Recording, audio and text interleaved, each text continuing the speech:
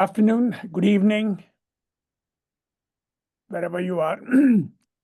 This is the fourth e-lecture of the U.S. National Commission of Radio Science. The lecture today is entitled Microwave Breast Cancer Detection, Past, Present, and Future Directions. Now, just suppose that 1% of humans were at the risk of contracting a disease or having a disorder somehow or the other. That would be 80 million people. But there is a disease that can potentially affect 4 billion people, and that disease is breast cancer. Early detection is critical to successful treatment, and microwave tomography is being developed for that purpose.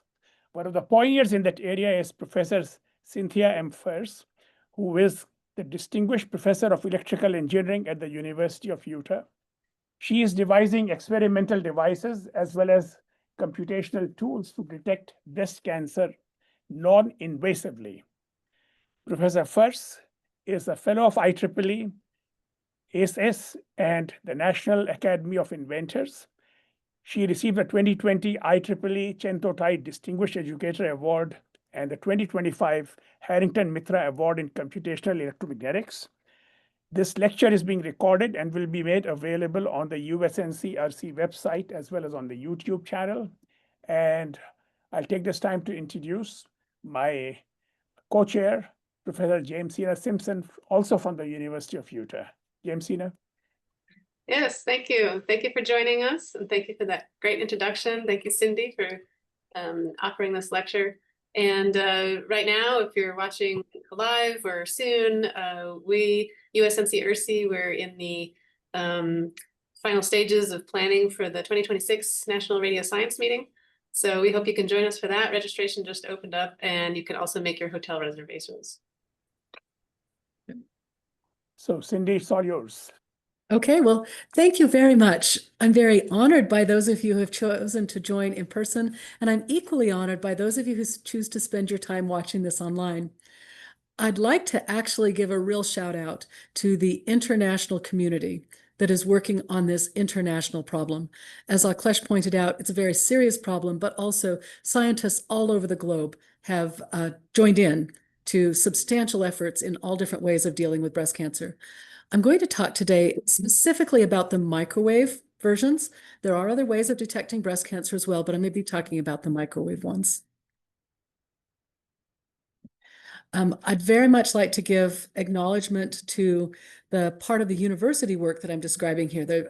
I'm describing work that others have done, but the part that's University of Utah has been supported by the Fulbright program, the University of Utah Undergraduate Research Office, MathWorks, and equipment was provided by Keysight. I do want to mention a conflict of interest because I am a co-founder of a company that is commercializing the technology that I'll be describing. So I just wanted to be sure that everyone's aware I do have that conflict. I'd also very much like to thank my students and collaborators. The professors are Dr. Moad Haddad, Joe Harley, Melissa Povovic, and Paul Kuhn. Students are Sam Macon, Sam Hansen, Caitlin Hall, Bailey McMaster, Henry Herman, Brent Redhead, Rebecca Doman, and Nick Brown, and others have participated in the preliminary versions of this research as well. So, as we mentioned, this is an international problem. This is a disease that affects women and some men all over the world. There are 2.3 million new cases of breast cancer roughly every year. That is so many people. And you realize that every single one of those mothers, sisters, daughters have husbands, brothers, friends, colleagues, and family. So the 2.3 million that are listed here are only a small fraction of the people that are directly touched by breast cancer. You can see the incidence on the left and the mortality on the right also varies very much globally. When we say the incidence is highest, you can see in North America, Europe, and South America, and then of course Australia as well. It's not really just that the incidence is different, it's also that the ability to detect this is different. So more people are likely to be scanned in these areas, and therefore they are more likely to have their disease found earlier. As a result, the mortality in those areas tend to be lower because you're able to find the disease earlier and therefore be able to treat it. And of course, also have treatment options as well. So this is a very global disease, but it's also a disease with very broad difference in how it's treated globally. One of the things that I will be talking about is a method that we hope is able to help bring earlier detection even to areas that might not have the same resources that we do in, like North America and others. So early detection is key. Here are the 3 ways that breast cancer is detected with electronics. The most common way in many areas is still actually palpation. Palpation is only going to find tumors that are a couple of centimeters in size typically. My grandmother had breast cancer. It was the size of a grapefruit before it was detected. Today, most women will get X-ray mammography. That is with an X-ray, that is ionizing radiation. Ultrasound is also used as both a primary and a secondary method of being able to locate tumors, and then MRI. MRI is not generally used as a primary method. It's usually a backup, or like when you want more detail, or for women who need to have more than one mammography a year, because they really only recommend 1 per year because of the ionizing radiation. So early detection is key. Each of these 3 methods kind of have some advantages. Those are in green, and disadvantages. Those are in red. X-ray mammography is the gold standard for breast cancer screening. Typically, it's done in 3 dimensions today. However, it does use ionizing radiation, and it requires painful breast compression. And you might think that's bad enough, but honestly, a lot of people avoid going for their mammogram just because it is painful. So the unwillingness to receive a mammogram is going to reduce someone's ability to have the breast cancer discovered early enough. Ultrasound is comfortable. It's very mild, no ionizing radiation. However, it is lower resolution, and it has difficulty distinguishing between many types of benign and malignant tissues. So it may say you have a mass, but it doesn't really know what it is. MRI has the very best image resolution and no ionizing radiation. However, it's expensive, and in addition to being expensive, or maybe because it is expensive, it's also minimally accessible. Even in the United States, many people in parts of the country have to drive hours in order to receive an MRI. And as you can imagine, that's also a substantial barrier to use. So microwave imaging, and these are 2 types of systems, there are many different types as well, are going to put antennas around the breast. They might be on touching, maybe even in electrical contact with the breast, as would be shown on the right, or they could be in a separate array with the breast protruding to them, a woman lying on the table, allowing the breast to hang down within these arrays. The array that's showing here actually turns. And because it's turning, it's able to take images at every single, like maybe every degree. And that effectively is like having more antennas, because you're actually taking more pictures, or more electromagnetic pictures from each side. Microwave imaging is not yet a commercial reality. It's not yet in the clinic. There are multiple companies that are working on this, and it is moving that direction really quite quickly.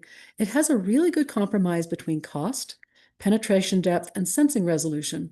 Doesn't have the resolution of an MRI, but it's probably going to be better than ultrasound, and it's also going to be, potentially minimal cost. The antennas around the breast transmit, receive, or both, and those are used to create an image or sometimes just a detection. So here are 2 pictures, and we'll talk more about these as we're going through. In the process of talking about microwave breast cancer detection, I kind of divided the problem into these areas that you see here. We're going to talk about the breast and the tissues and why we might or might not be able to find the breast cancer. And then the fields, the frequencies, the signals that we're going to use, the antennas, and there are many choices today, and how they're placed in an array and how that array functions. Also the hardware, and the types of hardware, of course, is going to be dependent on the array, the antennas, and the signals, the fields. And then the imaging algorithms that are used from all of the things that are received. And then the implementation. I'm showing here my dream, which is that you'd be able to have a take-home system. It would be a bra, a wearable device that someone could use on a regular basis, maybe every month, for high-risk patients, that would be a non-ionizing, inexpensive, at-home opportunity. And then, as with many of our sciences, the devil is in the details, and we'll talk a little bit about that too. So first, let's talk about the breast. So the breast, whether it's a human or an animal, is a mammary gland, and that includes both the glands, and that controls the density of the breast, and then fat around the outside of that. Of course, skin would be the coating around all of this, and there's huge variability. there's variability in the size, shape, density, structure of the breast from one person to another. And there's also huge variability even from the left breast to the right. You see here, there are, for example, veins and arteries. And those affect the electromagnetic signals, as you might guess. And those are pretty much random looking. Once they're established in an individual person, they stay that way from birth. But from one person, Jane to Jenny, they're likely to vary a lot. In addition, there's variability from day to day. If you are well hydrated or not well hydrated, if you've been drinking, like salt water or not salt water, and then certainly with age, with time, and there's just huge variability. The variability doesn't help us when we are looking for breast cancer. We're showing one gland here, one thing here in red, which might be a benign tumor, and another one that might be a malignant tumor. So tumors also have variability. This is what the electrical properties of normal breast tissue look like. So kind of the dark line there is the average, and then you can see there's a pretty big variability just in normal breast tissue. On the left, we have the dielectric constant, epsilon r, and on the right, we have the conductivity, sigma. You can also see this changes with frequency, varies with frequency. A typical range, just so you can eyeball it, for microwave breast cancer detection is roughly either like 1 to 4 gigahertz, 2 to 4, 3 to 5. So it's kind of in this, middle section right here. But even there, you can see that there's very large variability in both the dielectric properties and conductivity. Then when you put the tumors into this, and you can see malignant tissue on the top, benign tissue on the bottom, but I'm going to show you there's a lot of different kinds of these tissues as well. There is some pretty substantial difference between malignant and benign tissue and normal breast tissue. This is another way of looking at the malignant versus normal breast tissue. You can see that typically the malignant values are higher than they are for the normal tissue, both for the conductivity and the dielectric constant. And you can see several different measurement groups and the variability that they've gotten. In only a few cases do we find that the malignant and the normal tissues overlap. And so that does give us a pretty good difference between the tissues that are malignant and those that are normal. And that's what is really the basis. That forms the basis of what we're going to use for microwave breast cancer detection. Well, all tumors are not created equal. So here are 4 different types of tumors: ductal carcinoma, mucous carcinoma, lobular carcinoma, and fibroadenoma. If I've said them wrong, I'm sorry. And you can see each of these tissues, again, the permittivity and the conductivity of each of these different types, and the variability that you have from measuring one type of tissue, both within one person and from person to person. So even though each of these are cancerous tissues, or in one case, the benign one, the fibroadenoma is benign, you can see pretty big difference. In fact, the possibility of being able to tell what kind of tumor this is may actually be a reality. So there's some separation between each of the types of tissue, and very fortunately for us, between benign and cancerous tissues. Well, breast density is another one of the challenges. So the breast on the left has minimal glands, the breast on the right has a substantial amount of glandular tissue, and that makes for the density. Yes, the density is literally something you could weigh or measure, because fat doesn't weigh so much, but the glands weigh a lot more. So density, this is a real density. This is really density, but it also affects the way we're able to see through breast. Dense breast is going to reflect more microwave energy than a less dense breast. So mammography has difficulty with dense breasts, and microwave imaging also is going to have more difficulty with dense breasts. And this is how the dielectric properties vary with time in both dense and non-dense breasts. This is a volunteer number 4, and you can just see different points in time for the top volunteer and the bottom volunteer with 2 different densities of breast. And you can see pretty substantial differences in time. These are days apart. So from left to right, yeah, the pattern might more or less be the same, but there's pretty big variability in density and the resultant dielectric properties, mainly due to the amount of fluid that would be absorbed in the breast. Okay, well, as if that wasn't bad enough, the tissue of the breast have a lot of variability, and so do the extra tissues, the the additional tissues. Skin is one that we worry quite a lot about because the skin does make a substantial reflection. In fact, the skin makes a reflection between the air and the skin, and then again between the skin and the fatty tissue of the breast. Those two reflections are nearly equal and opposite, which kind of means they help to eliminate the field that's trying to go into the breast. So that's really a problem. So skin thickness matters a lot, and skin properties matter a lot. Chest wall thickness actually matters less in microwave imaging, and that's because in most cases, we try not to penetrate, we're not trying to penetrate into the chest wall, but rather trying to go up against the chest wall. An important thing here to recognize, though, is that the chest wall, which has muscle, is going to make it difficult to find tumors that are very close, that are right up against the chest wall. Well, the skin properties vary a lot as well, as you can see. These are skin from different parts of the body. The breast isn't included here at all, but you can see the hand, the forearm, the palm, the wrist, and you can imagine that breast tissue is going to be similar perhaps to the forearm or some of the softer skins in the body. But there's a lot of variability. There's a lot of variability in thickness, and there's a lot of variability in properties. So the breast is what we're trying to sense. We're trying to find these tumors, which fortunately have electrical properties that are different than breast tissue. But we have a lot of complexity in the breast. So that is one of the things that algorithms are constantly going to be working on. Let's talk about how the fields are going to relate to this. And actually, the properties of the breast very much control the frequency of the fields that we will choose. So when you're doing microwave imaging, you have an antenna on the outside, and I've kind of just shown one antenna here on the left, and you're trying to basically transmit and receive or to just get reflections.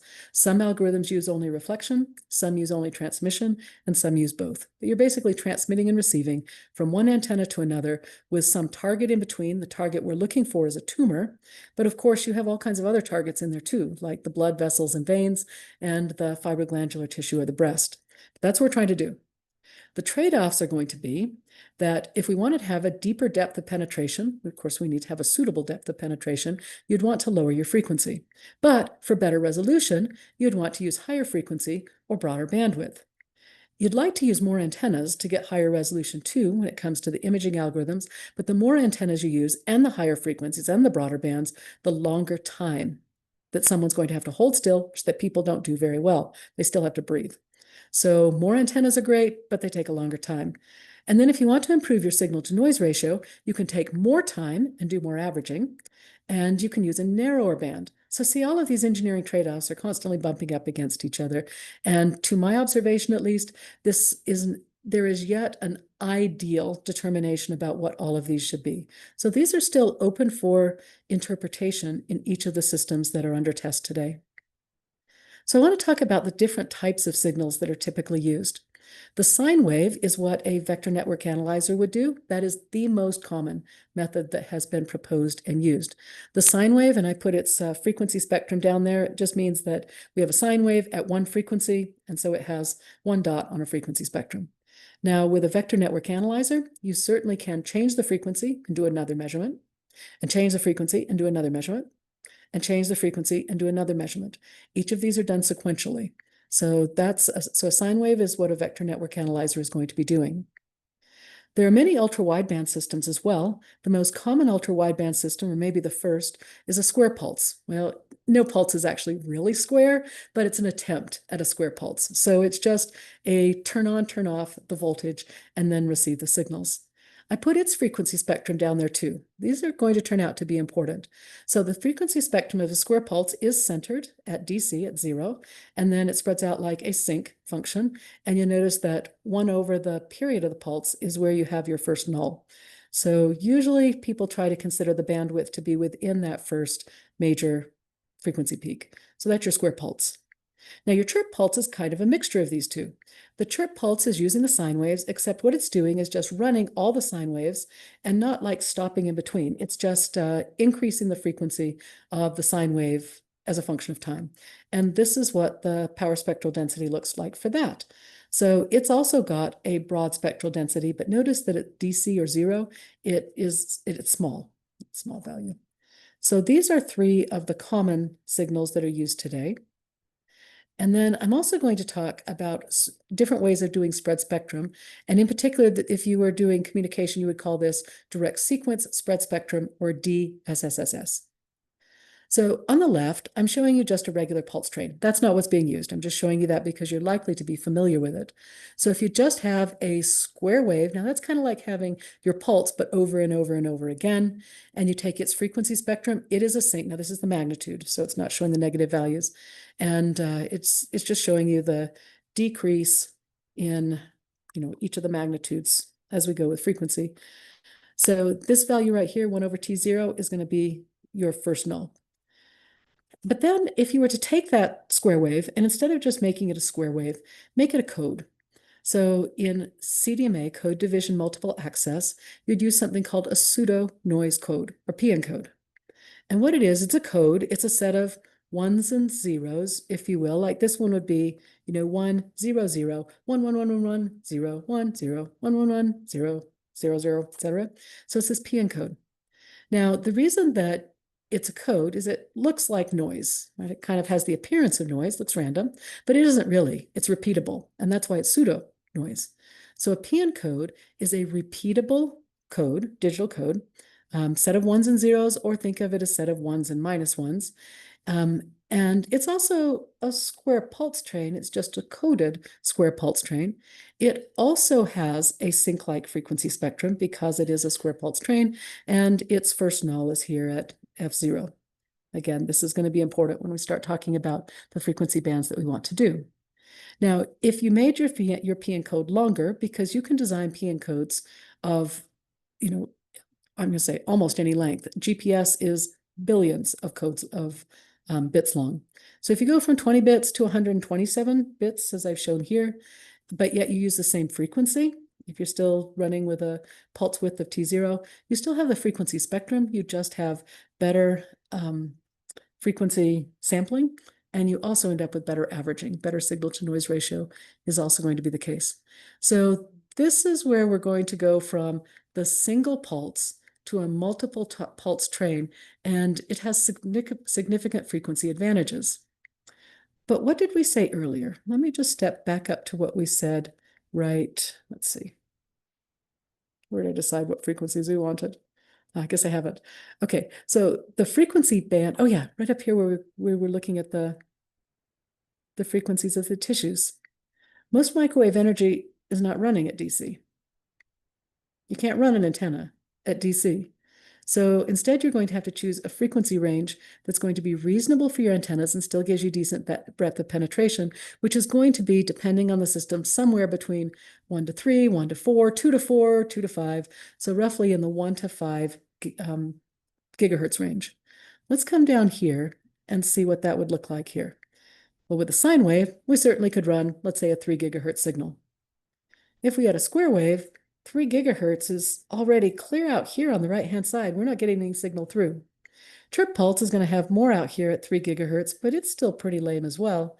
So if you want to get up to those frequencies, you normally modulate. So you take your sine wave and you multiply it by your square wave, or you take your sine wave and you multiply it by your pulse train. So that is more commonly what's going to be done. So take this whole pulse train, which is centered at 0, and move it by modulating it up in frequency.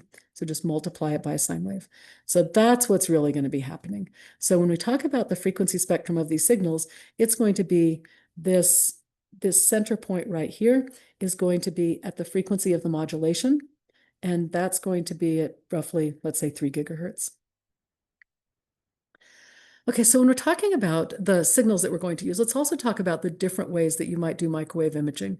And this is active microwave imaging. There's also passive microwave imaging, which is typically looking for a heat pattern or heat distribution that has been proposed for tumor detection.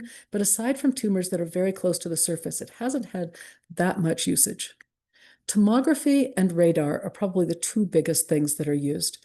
And so tomography can use both nonlinear inversion tomography and also this chirp pulse microwave computed tomography.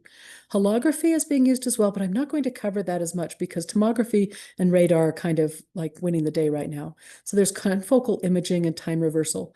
These things that are below the names, these bottom boxes, are more about the imaging algorithms, which we can talk about a little bit further later. So we're going to focus on tomography and radar. Okay, so here's how tomography is going to work. Typically, you have a bed, person lays down, you've got antennas that are now around the breast. Each antenna is measuring a transmission coefficient, or Sij. Sij, of course, is a complex value, magnitude and phase, and it's telling you that the energy went into port J and came out of port I. If you had a reflection, it'd be II, go into I and come out of I, but of course, that's what your Sij is. Here's the sort of image you might expect from tomography. Tomography is actually trying to do a dielectric map of the breast. So if you had, for example, blood vessels, they could show up here as well. So you end up with a map, and then you'd have to use your eye to determine what the different dielectric properties meant biologically. Here's a picture of one of the systems. So here's the tank. Again, this would be below the table. The breast would go down here into the antennas. These antennas actually are on a turntable. They're the ones I was telling you that go around in the circle. There are plates down here as well. And then this is important. There's a coupling medium. So this is a fluid, a saltwater solution that's actually going to go up into this tank to try to do a better job of matching the air to skin interface on the outside of the body. So it tries to make that reflection go away. And you'll see that in many different microwave systems. It might be a gel, it might be a fluid. In some cases, it's been an oil. And then, of course, over here on the side are the electronics. So typical microwave system, or this is the Dartmouth microwave system.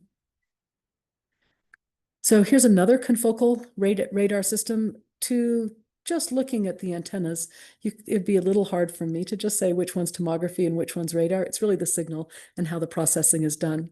So here's an example of another one of the microwave systems, and it has a whole series of antennas. See how many antennas are in here? I think this one's 32, if I remember correctly. So there are a bunch of antennas. These are all little patch antennas. Each one of these are connectors that are coming out that are going to a measurement system. And this is a vector network analyzer with a switch or a multiplexer. And so it's going to test each of these transmission and reflection measurements individually. And that's done sequentially, so it can take 7, 10, even 15 minutes to be able to just collect the scans. So again, the idea of the confocal imaging is to measure the complex transmission and reflection coefficients, and the resolution depends on how many measurements you can get from as many different angles as possible. That's why having the turntable for the antennas may be useful, or having more antennas.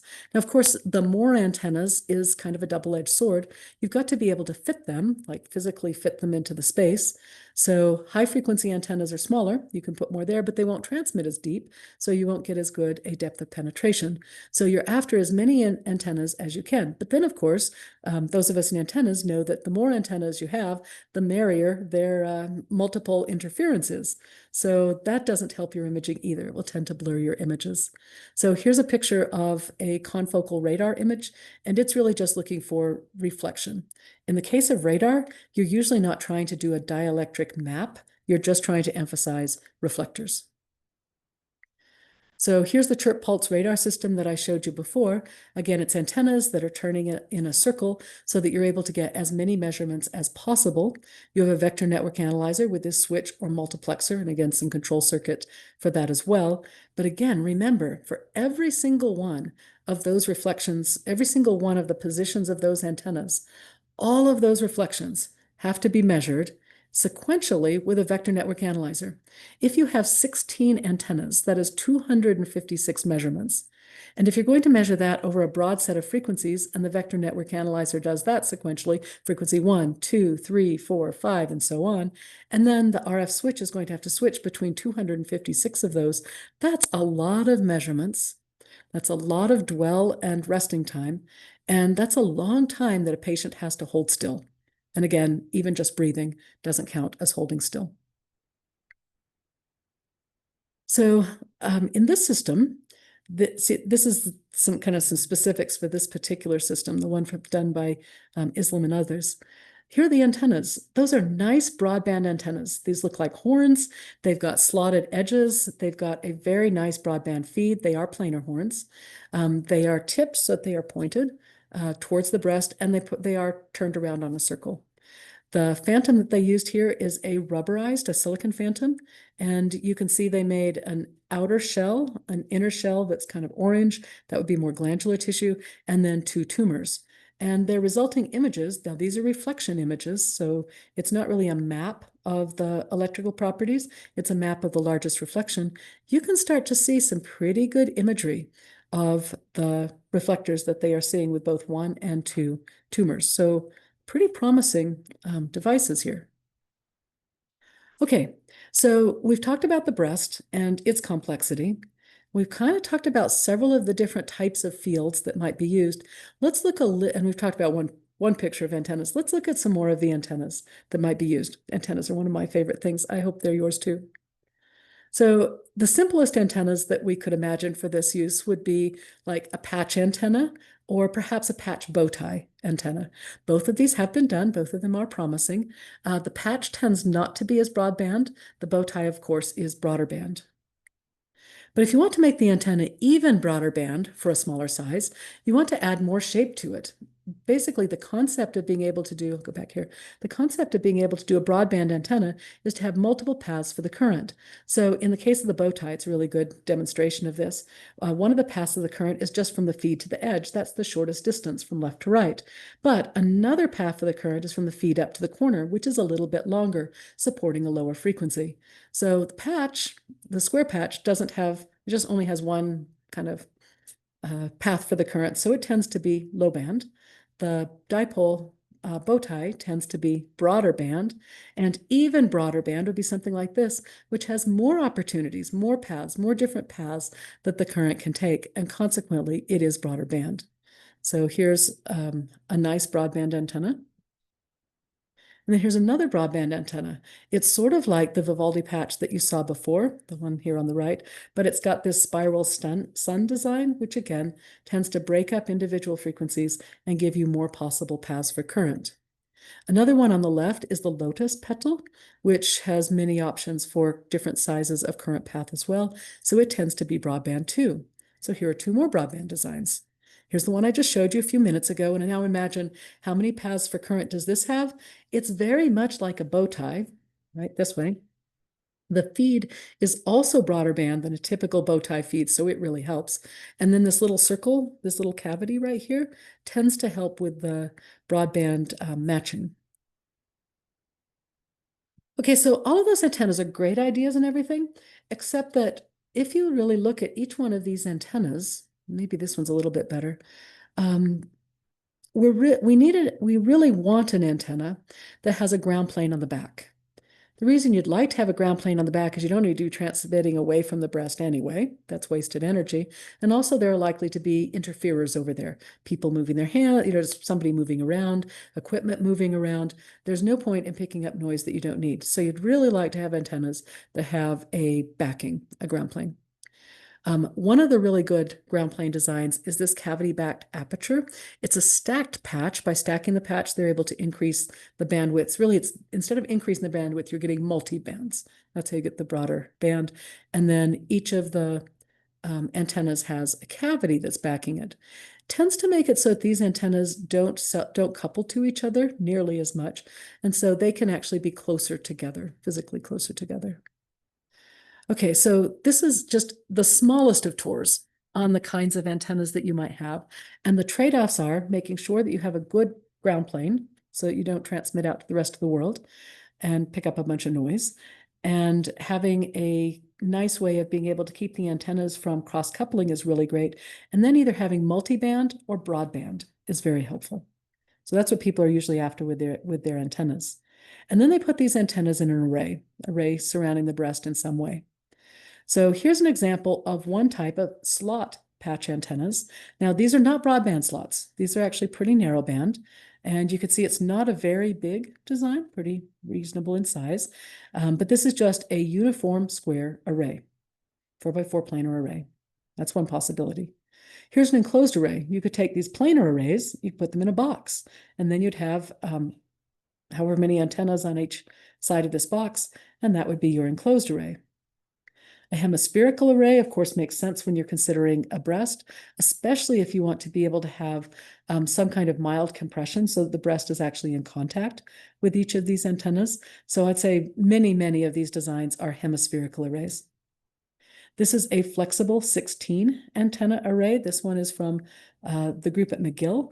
And in this case, you're seeing 16 antennas that are kind of uniformly spaced like a T or an X, but also they've done designs where they put more antennas in kind of these areas that don't have antennas, these holes in the middle.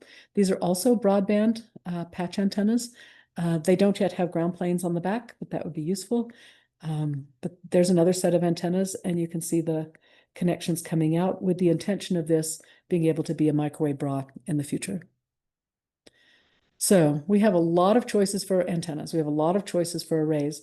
Let's talk about the different kinds of hardware that ends up getting involved here. So here we're talking about the vector network analyzer and the RF switch. Now, some of the science that's going really well right now is improving the multiplexers.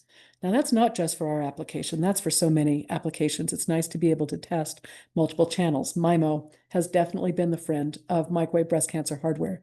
So making an RF switch that is faster, more efficient, better matched over a broader band is really important. And there are a number of groups that are doing that well.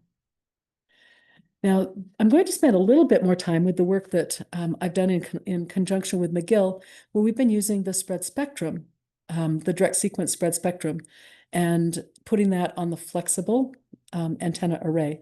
So these little antennas are literally so flexible, you can just bend them. So it makes a pretty good wearable opportunity. So I'm going to talk about the setup that we had, the signals that we used, and then we were really happy with this image.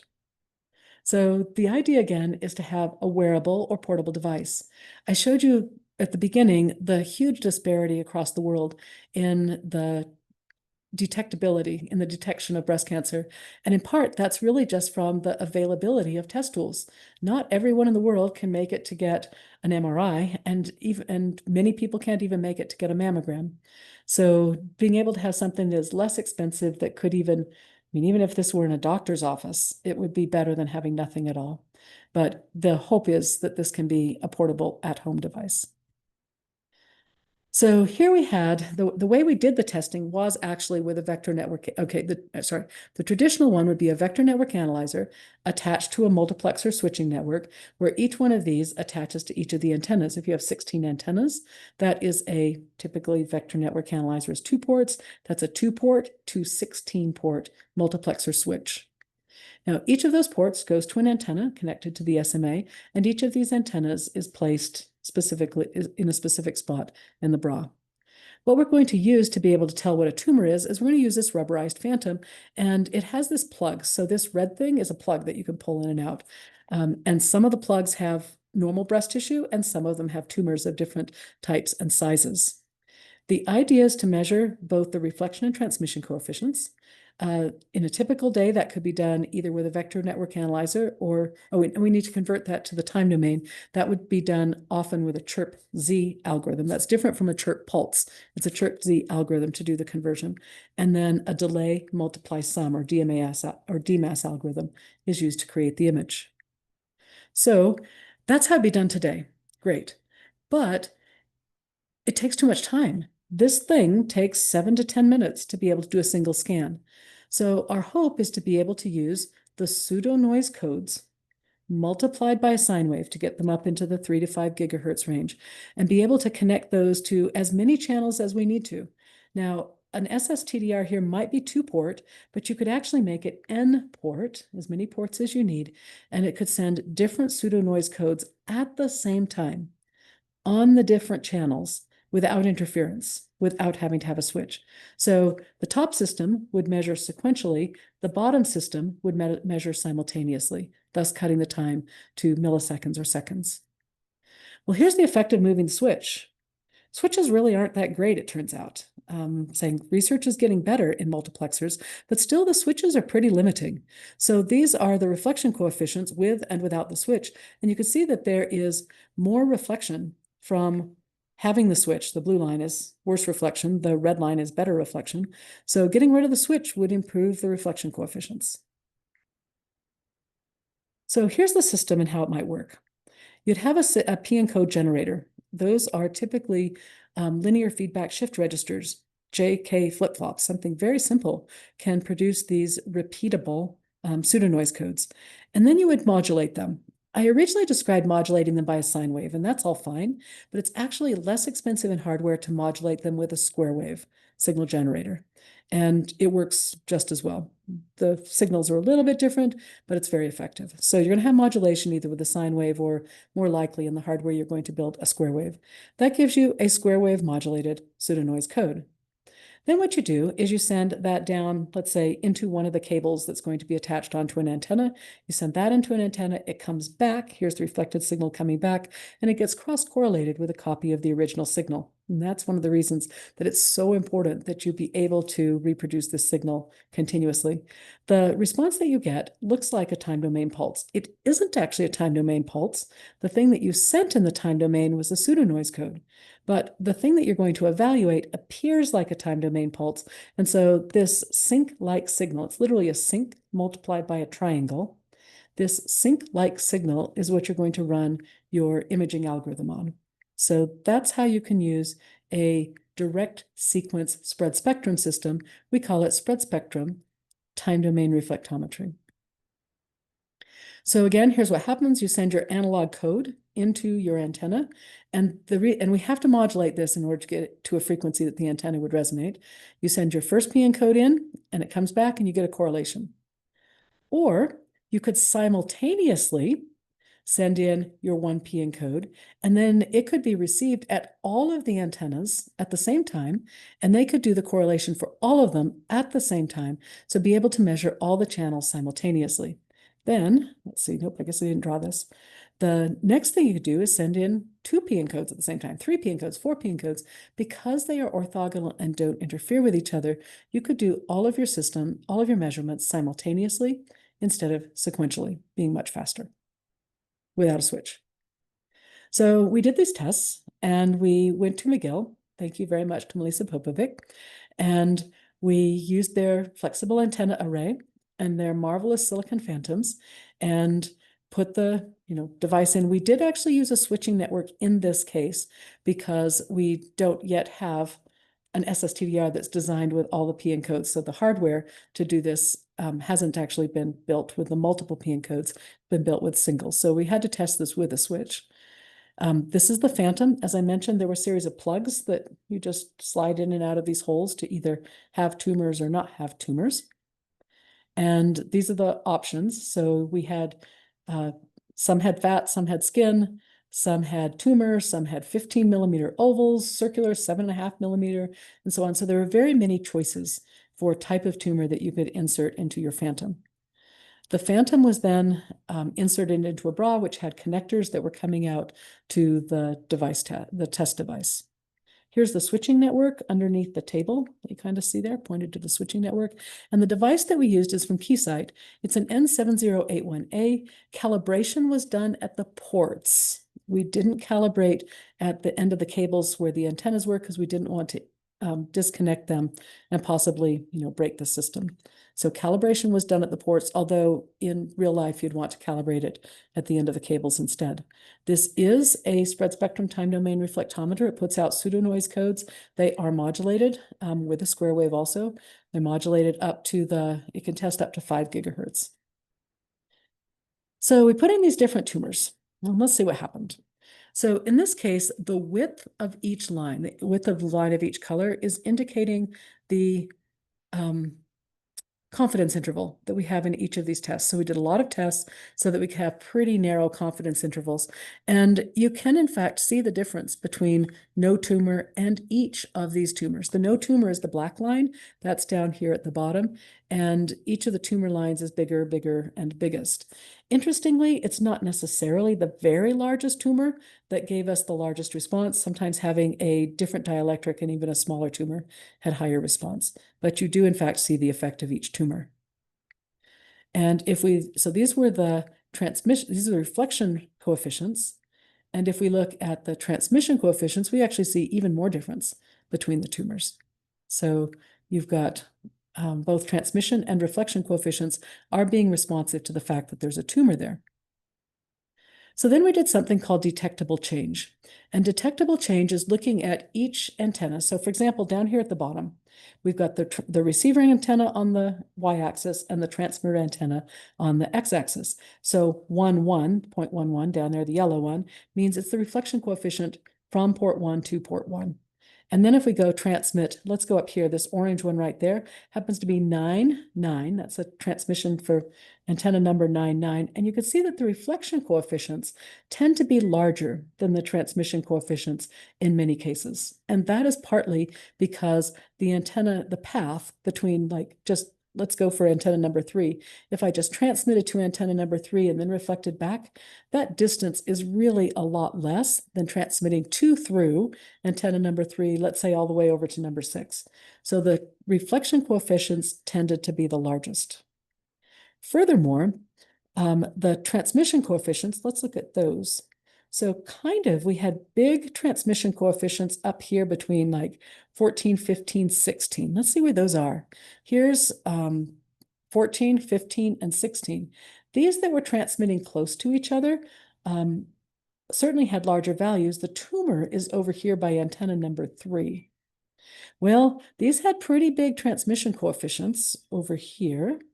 And then we had a pretty big transmission coefficient here at number 14. So anything related to 14, yeah, it's kind of in the path to antenna 3. Our large reflection coefficient right here at 3 definitely said there was a tumor there. But then we have some other funny ones. 9 is my favorite funny one. 9, which is over here, doesn't look anything like it's near 3, but yet its reflection coefficient is pretty high. In our subsequent tests, we actually think that some of these antennas were making better contact with the body than others. That should not be a surprise.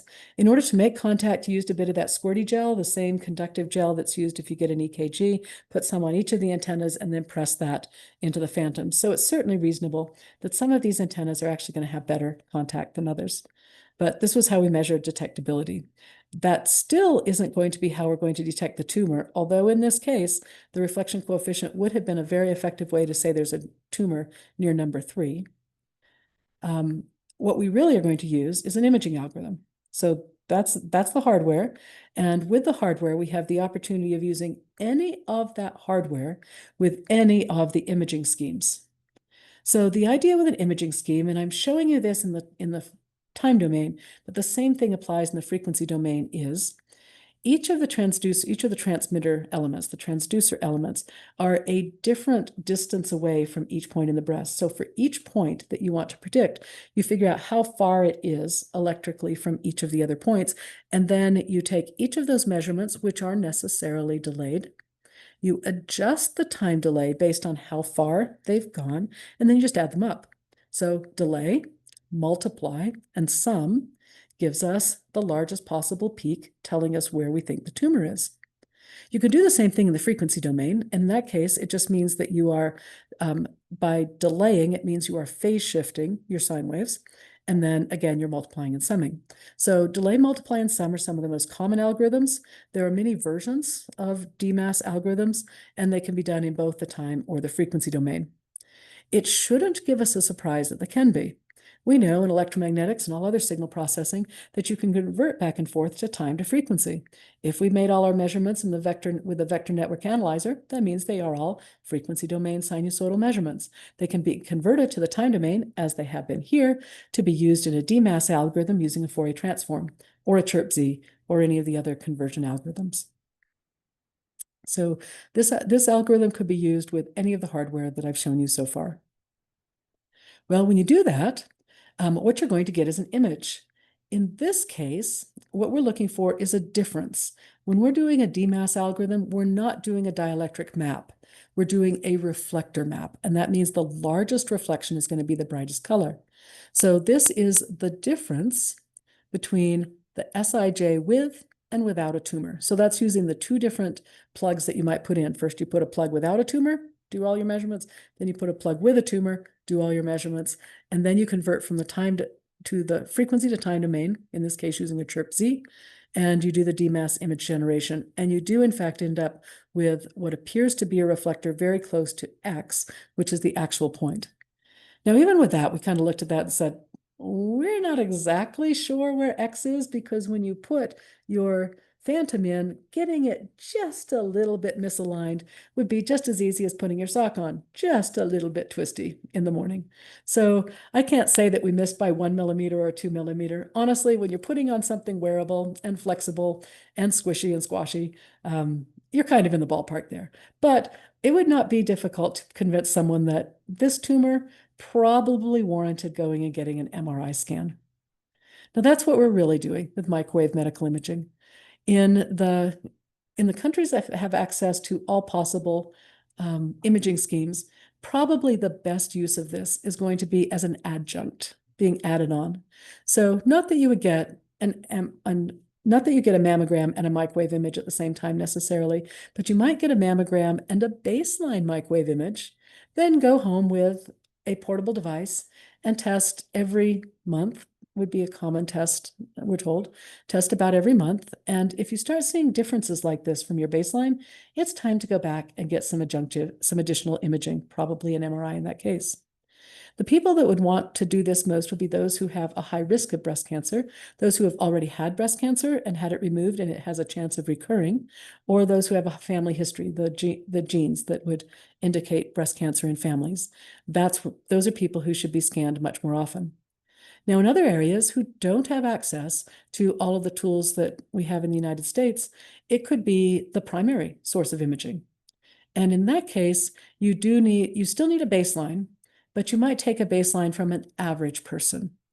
Doing that, of course, is going to perturb your differencing, makes it not quite as good, but it's still better than the lack of tools that exist today. Okay, so we've talked about the breast and its challenges and the fields that we have to use, then the antennas as a result, how they get put together into various kinds of arrays, and the types of hardware that you might use. Now, all of these mix and match, and then you put those into the imaging algorithms and those mix and match as well. So when we are looking at, I'm going to give you a hint for the future work, when we're looking at these, it's not like we just designed the world's best antenna or the world's best imaging algorithm. Designing these together and optimizing these jointly is one of the areas of potential future work. Well, now let's talk about the implementation. And I definitely have shown you some pictures already of people lying face down on a table, as well as the possibility of a take-home piece of clothing. Here are 3 of the companies that are currently looking at commercializing microwave breast cancer detection. All 3 of these are lay down at the moment, and there is a 4th, which Elise Fear is piloting, which is basically a sit down and a very mild compression.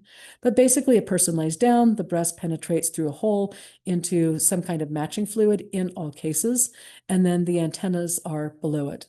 This is being developed basically in the 1/2 to 10 gigahertz frequency range. And these are 3 companies, Safe Scanner, MammaWave, and Wavealia. 3 companies that are doing this. So where are we heading? Well, we definitely know that clinical trials are in progress with really all 3 of these, or have been starting additional clinical trials and so on. This appears to me, and this is my personal opinion, because it's like trying to predict things in popular mechanics 10 decades ago, a decade ago. It appears to me that these are moving nicely towards commercialization. Commercial scanners are going to exist, and the question is really going to be, how accurate can they be? What we're looking at is being able to make a chip. By being able to use a pseudo-noise code, you can actually build it into a chip, which could be integrated onto the antenna and then integrated directly into the clothing. And all of that's great, but what about the details? I showed you the variability you get in detectable change. Some of these transmissions, the dark blue ones, they're useless.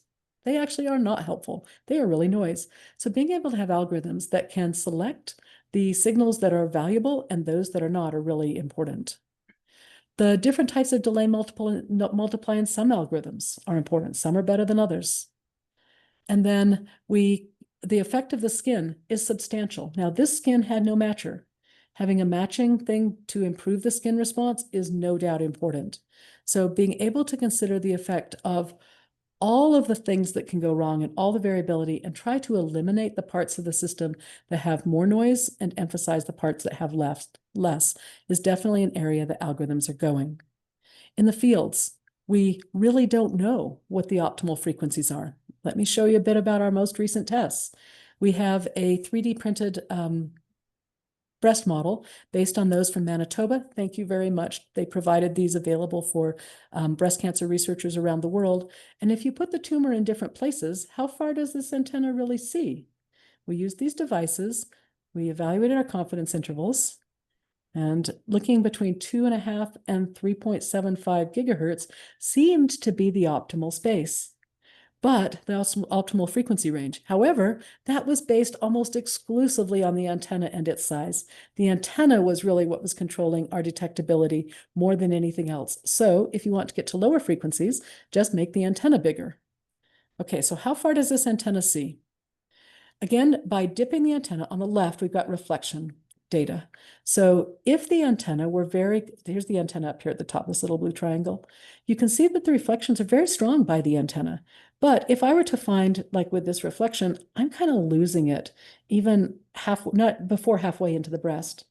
The transmission data, interestingly, doesn't go straight through the breast. It tends to go around the inside of the breast. It's guided by the breast structure. So if you had a tumor in the center of your breast, too bad with these frequency ranges, it's not going to be picked up. So it's going to be very important to have probably multi-band systems that are able to see deeper, even if they start to lose resolution towards the center of the breast. And then let's look at this in the time domain. There are a whole bunch of things that people are doing with algorithms. This is just one piece.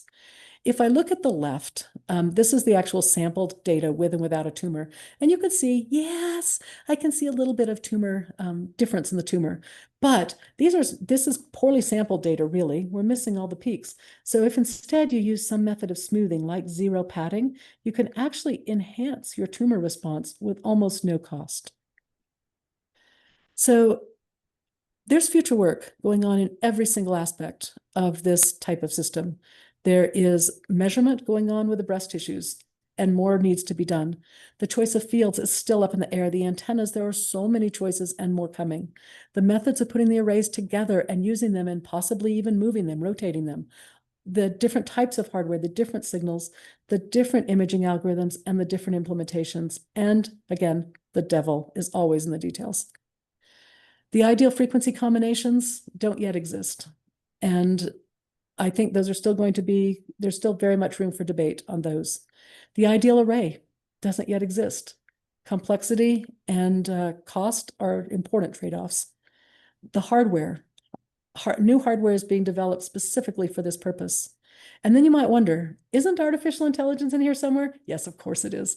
Artificial intelligence is another place that there is huge opportunity here to be able to evaluate which of the signals are good, to be able to put them together, and to be able to identify things like tumors instead of glands and skin and blood.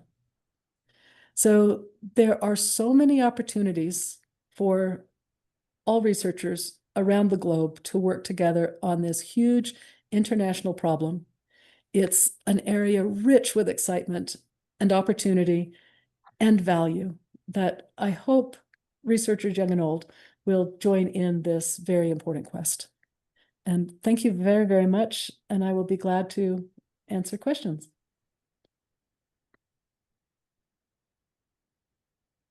Well, thank you, Cindy. Thank you so much for a very informative lecture. And the floor is open. Please ask questions. Everybody is permitted to talk, but do it one at a time. Any questions, comments? You see me? Yes, Yes. Professor Bolomi, please go ahead. Okay. Thank you, Cynthia, for this very detailed and well-documented presentation. Well, nevertheless, I have to tell you that I am a little bit frustrated concerning the future. I perfectly understand that the goal, your target, was the research aspect of microwave breast cancer detection. But I think that even working in this the first step of the development of a commercial product, there are some practical constraints to be accounted for. And for instance, it's evident you have details, the devil here in the bottom corner of your slide. And I think that the devil can be quite disturbing as soon as you will move to clinical trials first. Then you will have to deal with financing, funding problem to develop the prototypes, to support the clinical trials, and so on. And what is, I would say, as a summary of my reflection about microimaging since my very early involvement in the 1980s, you know. Yes. I had many disappointments, and I had to realize often a little bit too late that we didn't take into account sufficiently early the real practice of the new devices.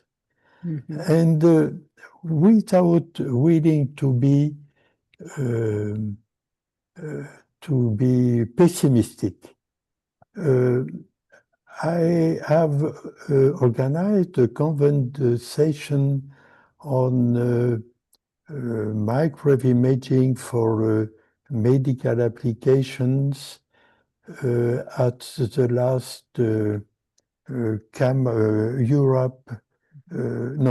conference in 1993.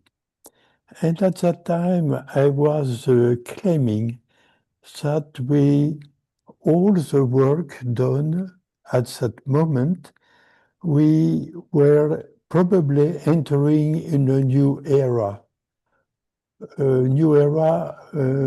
Meaning that really the different systems will be involved in clinical trials in order to assess their efficiency. And efficiency means simultaneously sensitivity and specificity. And you know that both problems are very complicated. But I thought that we were engaged in a very positive era. And what happened? What happened only 3 years later? It happened that among the examples I was proud to show of started companies stemming from academic research laboratories, that most of them have disappeared or are bankrupted just for non-technical questions, not microwave technical questions, but due to the complexity, the well-known complexity of the transfer of a new technology into the medical imaging landscape. And well, I think that you are right to insist that there are a lot of things to be done, but could I recommend that even in the laboratory, people will be as accurately as possible informed of the remaining part of the pathway between what they are producing and the commercial products to be routinely used in a clinical unit. So this is my remark, you know. You mentioned that the different parts, antennas, arrays, hardware, imaging, and so on, have not to be considered separately, but globally optimized. And what I would suggest is to enlarge the sphere of the matter, of the details to be considered for succeeding in developing an operational system. So that being said, I remain quite optimistic. I learned a lot of interesting things. I ignored more or less about SSTDR technology and so on. But I would like to that people pay some attention to what would happen after that. But maybe I am too much exigent. I don't know. But again, Cynthia, congratulations for your very nice presentation. Well, thank you. I think point extremely well taken. The business and translational aspects of this are stunningly complex, as they are with all medical technologies. So hyperthermia is one of the areas that I experienced through the 1980s that had, a disastrous canyon in its way.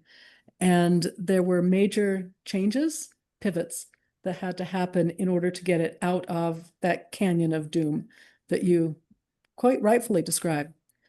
I also have helped to commercialize, it is SSTDR, for electrical sensing, not medical, for non-medical applications.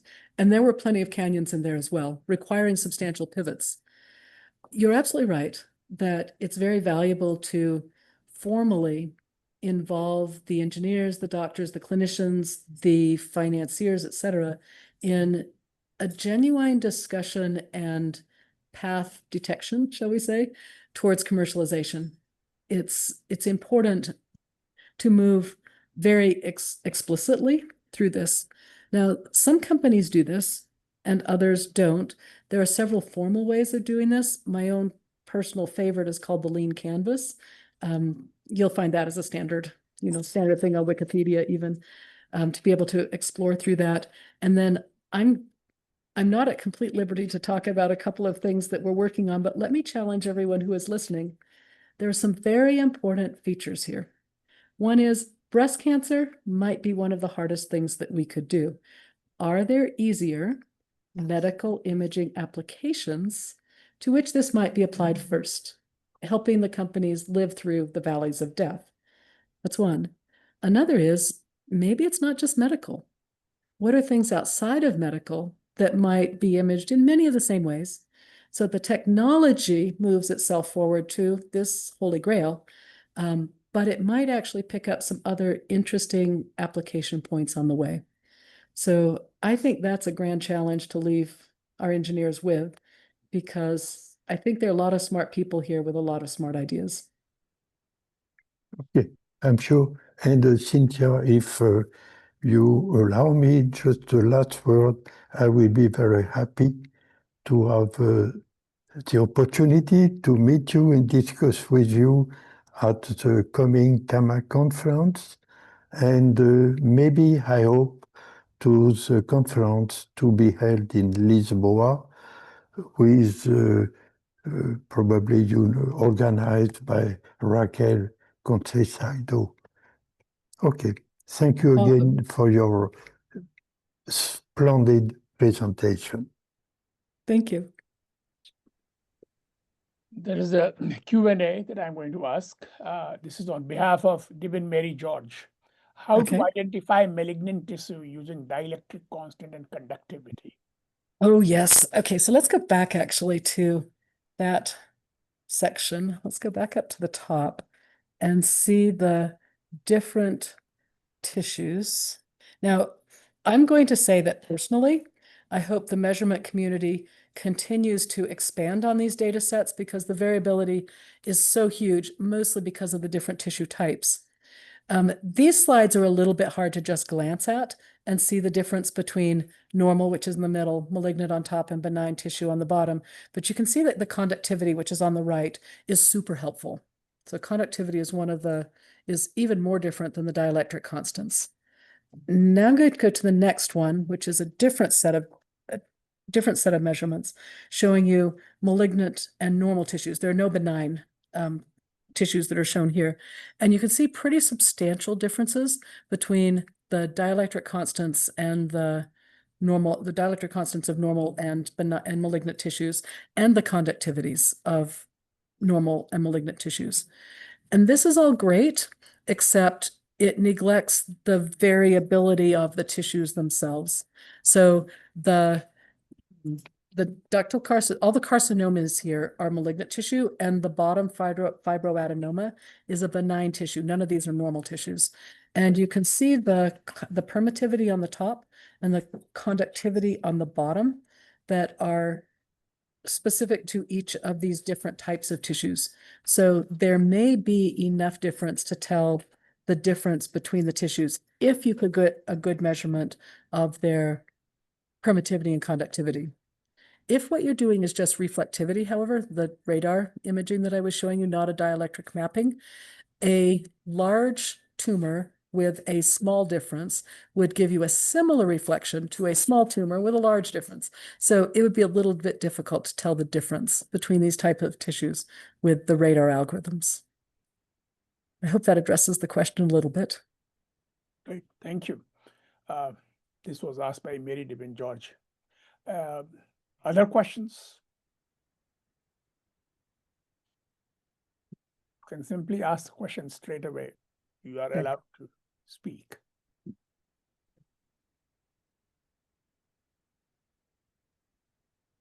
I'll just jump in and say that I really enjoyed your talk and all the different aspects that you touched on. I haven't really been following this area as much, but I didn't know that there were already some clinical trials and some companies, so that's really exciting. Yeah. Yep. It's I think it's very exciting, and I think it's headed in the right direction. I tend to agree with Dr. Belomi that it's not likely that all these companies are going to make it. That's how companies go. But sometimes the technology outlives the companies and moves to the next set. So we'll see. Like you said, it's an exciting time for it. It's an exciting time with a lot of great research questions. And again, let me, drop that Easter egg in there. A lot more applications that can support this and be supported by it. Okay. I have a question, Cindy. How has proximity to a major medical school helped you? Oh, how has proximity to a major medical school helped me? I think I have seen both. So I haven't been doing this particular work long enough to have really used the facilities, like I haven't been in the clinic. I haven't done measurements of the dielectric properties. Those have all been done by other people, not even at the University of Utah.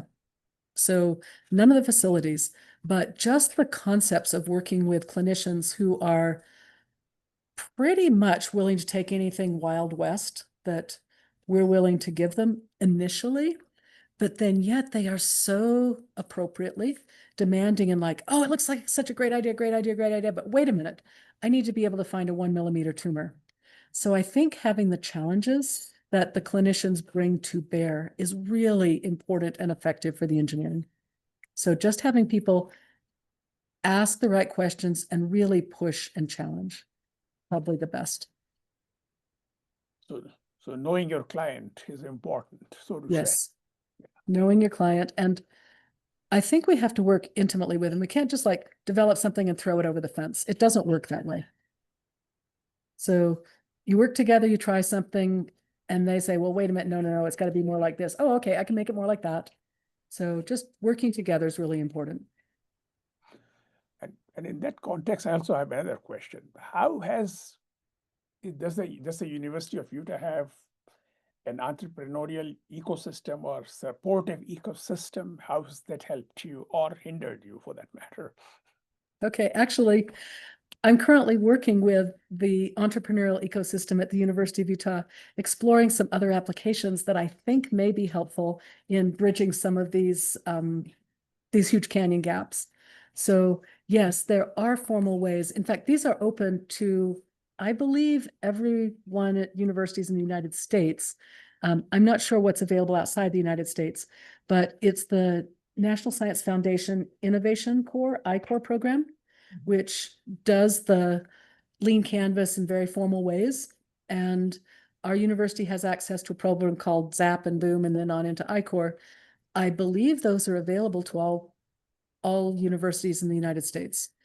But even if we didn't have access to these formal programs, anyone has access to the Lean Canvas workbooks and other resources. So frankly, could do the same thing on their own with just determination to do it. What you typically do with these programs is you reach out to potential stakeholders. Like, you have this great idea. I want to sell ice cream. Okay, I want to sell ice cream. So I should go and talk to all the children. So you go talk to all the children. They're like, yes, I want ice cream. I want ice cream. But then you find out that the children don't have any money to buy ice cream. Well, okay, so then you really have to talk to the people who have the money. You have to talk to the children's parents. Hey, would you buy ice cream for your kids? And like, oh, we've got the money, but no, we don't want our kids to have ice cream before dinner. They'll ruin their dinner. So you discover that what you really should be selling is mashed potatoes. And so you pivot and you make a mashed potato truck instead. So the chance to talk to your variety of stakeholders is really important to where you ultimately pivot in the end. And no, I hope we never do actually have mashed potato trucks. All right. Well, you could always have potato ice cream.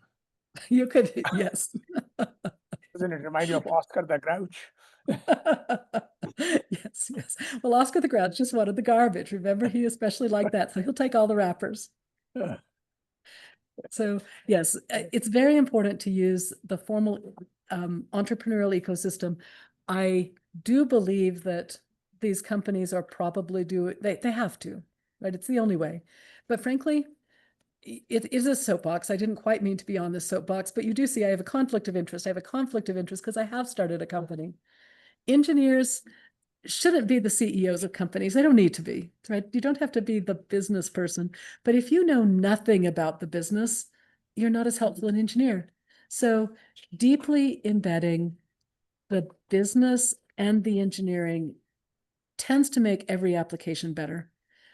When I was doing the wiring work, I was at about, I don't know, 5, 6, 8 years into it. Things were going so well. I had all these publications, these PhD students. It was great. But then when we really started integrating it, implementing it, that's when we saw all these super interesting research questions. So I think that's what's going to happen here too. So you're right. I didn't talk about the entrepreneurial aspect of this, but I think it's very important, not just to the money side of it, not just to the regulation side, but also, frankly, to the science side. Thank you. Last chance to ask questions.